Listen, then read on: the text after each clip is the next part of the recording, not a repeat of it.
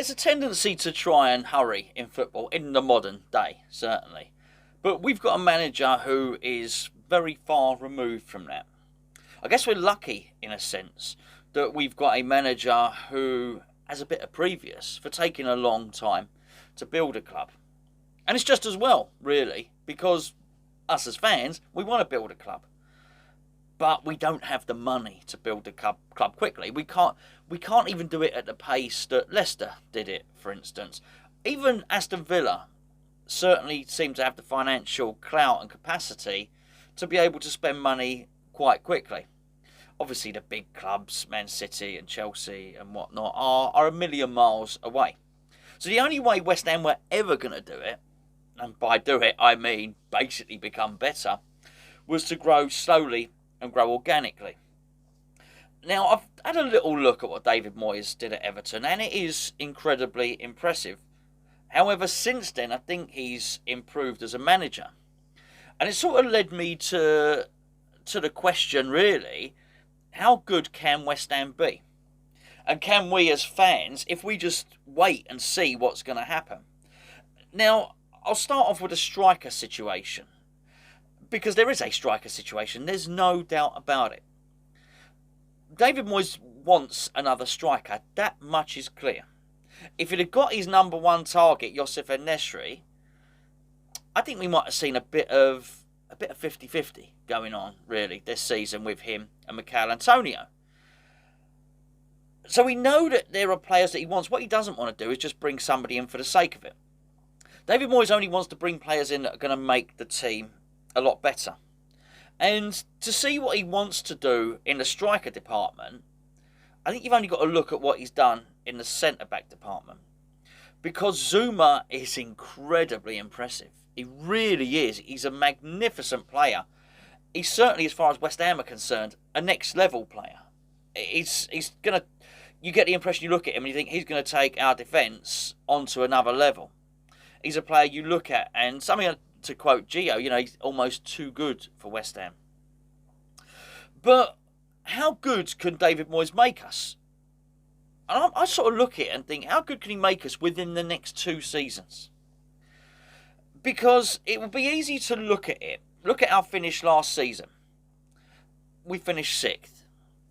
What about if we finish 7th this season? Does that mean we got worse? I'm not sure it does.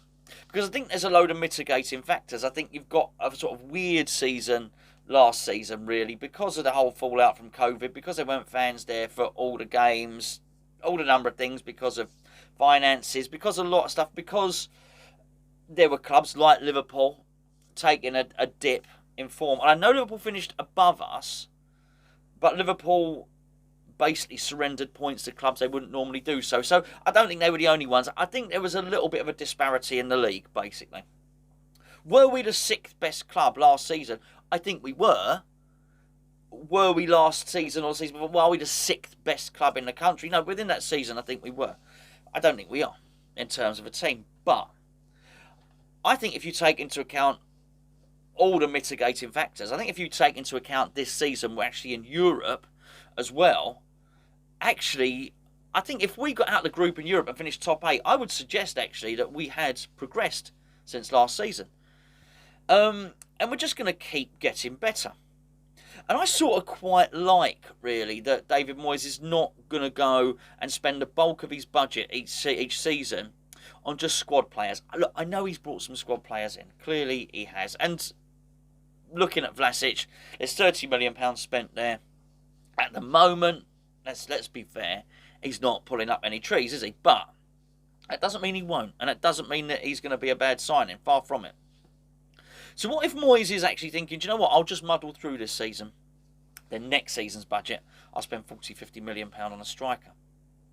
Okay, well that's great as well. And what about then the season after? If he then goes and buys a couple of fullbacks for £25 million each. You see where I'm going with this. Because there's 2 things, well there's more than 2 things with David Moyes, but I'm looking at the team, forget the scouting, forget the coaching, forget all that other stuff, we've discussed that before. But actually just look at the team for the moment. And actually when you do look at it, you think, wow, okay. The players he's bringing in are performing to a really high level. Sufal Soucek perform really, really well. Incredibly high level. Look at what Bowen's doing now. I think, look, I'm not sure I necessarily believe that Liverpool are going to try and buy him.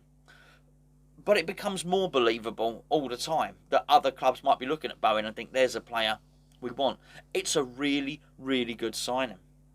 Look at what's happening with Ben Rama now. Ben Rama, he's only got to improve another 3 or 4%. And I think you might have a player on your hands who's almost unmarkable and unplayable. Really, really good player. And then you look at what he's doing to the players that are in the team. The players that he inherited. And we'll just go through them a little bit one by one. And when you do, you start to realise he's just making the club better by the players he's bringing in, getting rid of the dead wood, and the players that he's identifying, players like Antonio, like Cresswell, that he wants to keep, he's making them even better. Before I talk about those players, let me just point you towards the One Football app, downloadable in the link below. Got all the West Ham news. It's got news for every single club in the Premier League. You can either have all the news for every single club in the Premier League, or you can just click who do you support, click West Ham. It will aggregate all the West Ham news all together in one place and send it straight to your phone in the form of a notification. It doesn't have to beep and annoy you if you don't want it to. You can switch that bit off. It's free. If you don't like it, you can just get rid of it. But it's really, really good. Very good on match days. Really good through the transfer window. The One Football app have been great supporters of Hammers Chat, and we thank them for that. Looking at the players that he's made better. Look at Ogbonna. Now, Ogbonna's had a decent career, but I think it's fair to say that Ogbonna was in and out of the team.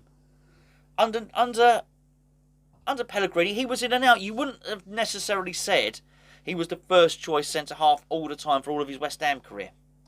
Well, he is now, because I think, again, David Moyes has just taken him up a level or two. Aaron Cresswell was on his way. People were saying Aaron Cresswell was finished. Again, one of the benefits of doing these videos is we've got an archive of everything that's been said, everything we've said, and everything that people have said in the comments section. It's all there. It's all on the Hammers, it's all on Hammers Chat. And I look at it and I think, well, hold on a second. People are saying we need 2 fullbacks, we need 2 left backs. Aaron Cresswell, he's on his last legs. Nobody, and I mean nobody, was predicting when David Moyes came back in for his second stint that he would turn Aaron Cresswell into one of the best left backs in the league. One of the most creative defenders in the league. It just wasn't ever suggested. But it sort of happens a bit by stealth, really. But he's made him a better player. He's massively extended Aaron Cresswell's career. Which is just as well, because Aaron Cresswell just signed a new sort of 4 or 5 year deal at West Ham. It didn't look too clever at the time, that contract, I've got to say. But I'll tell you what, I'm glad it's happened now.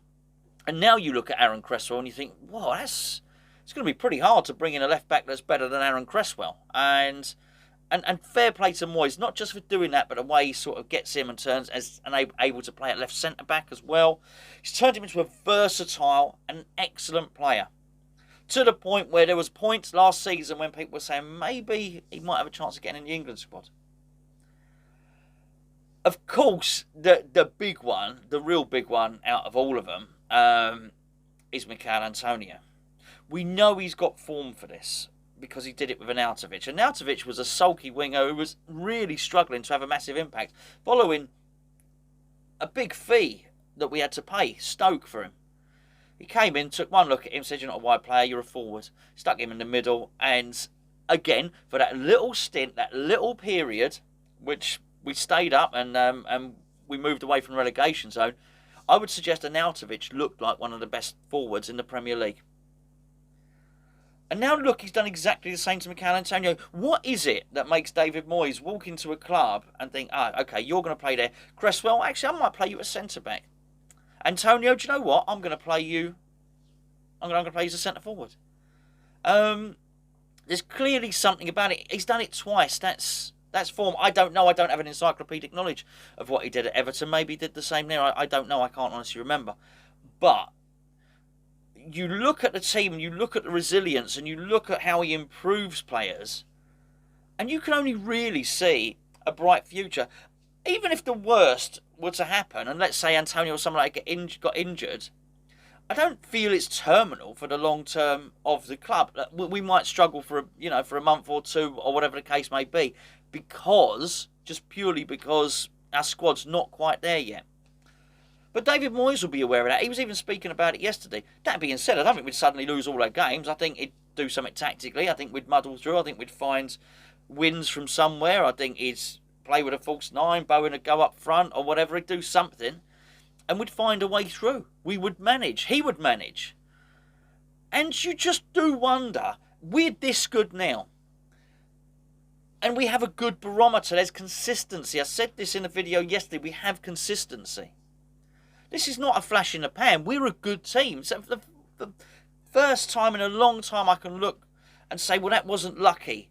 We're just a good team. There was no surprise. It wasn't luck what happened against Leeds. Mentioned all the factors in yesterday's video. I won't repeat myself on them, but if we can do that now, how good would we be with 2 more top quality players? 2 more Zoomers. No, I don't mean a defence full of people called Zuma. We're not going Dembele on this one. But 2 more players of that standard. I don't know, pick and we want. Obviously one of them being a forward, maybe one of them's a midfielder, maybe one's attacking midfielder, winger, full-back. I don't know. At the moment, the fullbacks have struggled to get into the team, but that's not a reason to not do it. It's actually that other time when maybe Soufal has got a groin injury or Cresswell can't play or something like that. It's actually a £25 million player that comes in and plays there. Because I think the future's really, really bright. I'm not saying that within 2 seasons David Moyes can have us win the league. I'm really not. And there's a certain there's a couple of things that really you've got to take into account here. I think the owners have now got to find the money to back him. I really understand that they got burnt with Pellegrini and that those were terrible transfers, Anderson and Haller and whatnot, lost a lot of money. But now, again, I think there's enough of a barometer. I think there's enough of an example set by David Moyes to suggest actually this guy's going to do all right with whoever it brings in. I've mentioned Fornals, of course, and what he's done with Fornals there, of course. The other factor is Declan Rice. Declan Rice is going to leave West Ham. When I factor this in, about this us being better in 2 years, you've also got to factor in Declan Rice leaving. I don't want to lose him. I really don't. I think he's a massive part of West Ham. But I don't think as a club, as a manager, as a team, we can do any more to persuade him to stay. If Declan Rice isn't looking at West Ham now and thinking this is a club on the up, then there's not a lot we can do. If Declan Rice is looking and think, oh, Declan Rice is probably seeing that we're on a journey. Declan Rice will probably see that in 2 or 3 seasons we're going to be contesting the Champions League places. We really will. I mean, really contesting them. Because we're just going to be tough as hell to beat. And I think against the lesser teams, we're just going to beat them. That's a crazy thing to say. I have to sort of almost check myself when I say it, you know. I think Declan Rice will be able to see that. The question is, does Declan Rice want to wait? Or does Declan Rice just want to play in the Champions League? Not only play in the Champions League, by the way, this is the thing. I think West Ham can play in the Champions League. I think we can qualify for the Champions League if David Moyes is given the time. There's a difference between that and being able to win the Champions League. Chelsea can win the Champions League. Clearly they did. Man City can win the Champions League. Man United, if they get a new manager, can win the Champions League. And I think that maybe Declan Rice is probably looking and thinking, actually, I don't just want to contest it or be in it. I want to win it. I get that. I understand that. He's a winner. How would that impact West Ham and how would that impact what I'm saying, which is us being better, a better team in 2 or 3 years? Well, actually, I've got massive faith in Moyes. I really do. I think he's really shown that when players are out, he can still find a solution. He can find a way. Look, I even think he would have muddled through and Rice was missing last season. I think what impacted that massively was basically Rice got injured and he said, that's all right, we'll play Lanzini there.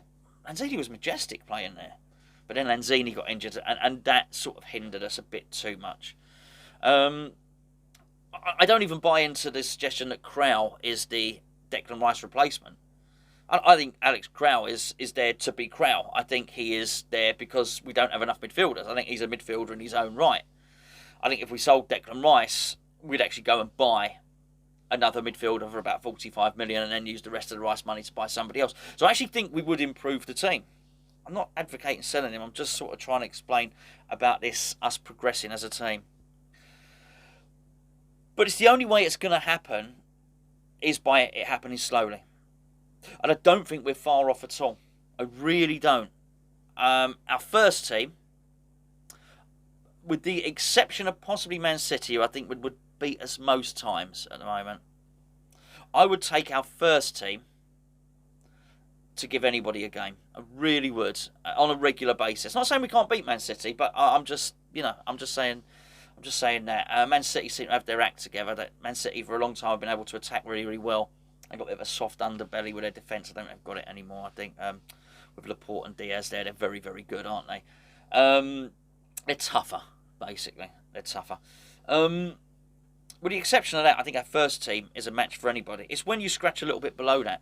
Or ask the question, can we improve our first team? And I think we can, but we can only do it by one player each season. Give us 2 more top quality players and we're going to be really good. Really, really good. Now, don't get me wrong, stuff happens within that time. Players get worse, players get old. But if we can keep improving the team, and I think we can, if we can keep Moyes, and we have to, because let's be fair, he is integral to this whole project and this whole improvement I'm talking about. David Moyes is a massive part of that. But it's remarkable things happening at West Ham.